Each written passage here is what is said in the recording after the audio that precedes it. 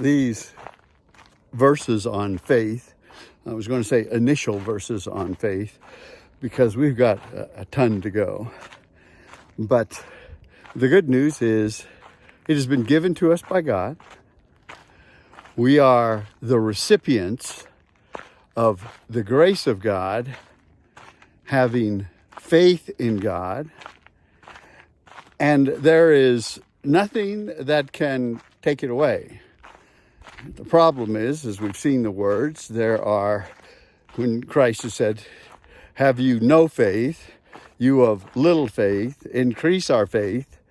So just do all the faith words in your mind. But realize that we do have enemies, and three of them that just come to our minds, hopefully, are the world, the flesh, and the devil. So when we talk about the world, there's those things outside of us that we live in that would come against us to say there is no God. And then there's the flesh. And that usually would show up with doubts on our part, kind of like doubting Thomas, that we call him. He got a bad name on that one and got a bad rap on that one. And then there's the devil.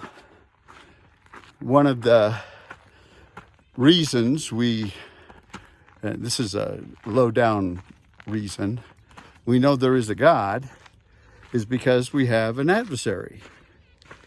And so when we look at a verse like, if God be for us, who can be against us? And we would come up with three answers: the world, the flesh, and the devil. That without, that within, and Satan himself. And so we've come to a verse in Acts chapter 13.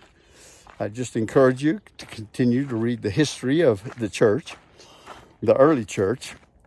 And in Acts chapter 13, verse 8, we see that there is an enemy trying to take away faith.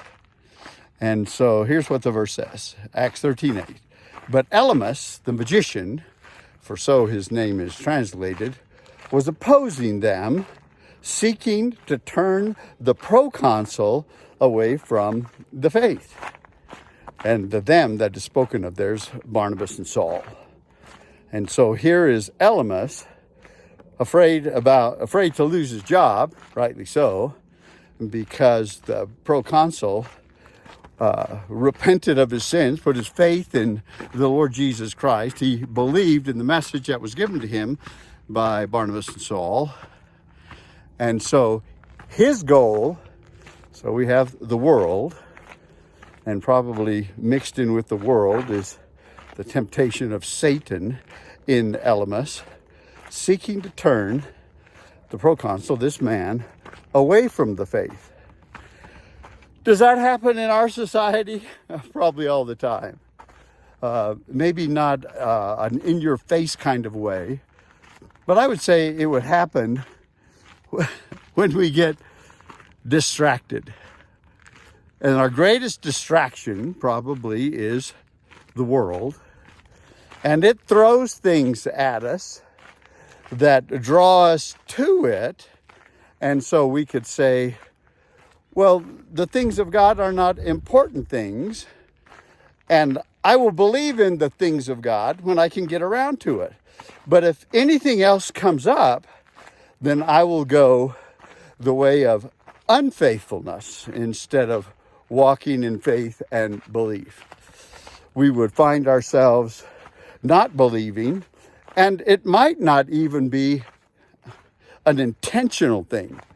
We just might get so lax that we fall into the slough of despond. We find ourselves in despair, and we find ourselves, how do I say, decreasing in faith. So instead of saying, I believe, help my unbelief, we say nothing. We don't remember. I don't know about you, but sometimes things just slip my mind. And when they slip my mind, now what am I going to replace that with? Because I don't know it was there. So I challenge you.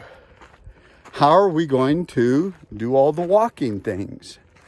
Walk in the light, walk in faith, walk in truth, walk in the Spirit. How are we going to do those things? Two major points that come into play there are, one, we're going to talk to God. And we're going to talk to him often. We're going to talk to him morning, noon, and night. We're going to talk to him when things are good, when things are bad. And the second thing is we're going to hear from him.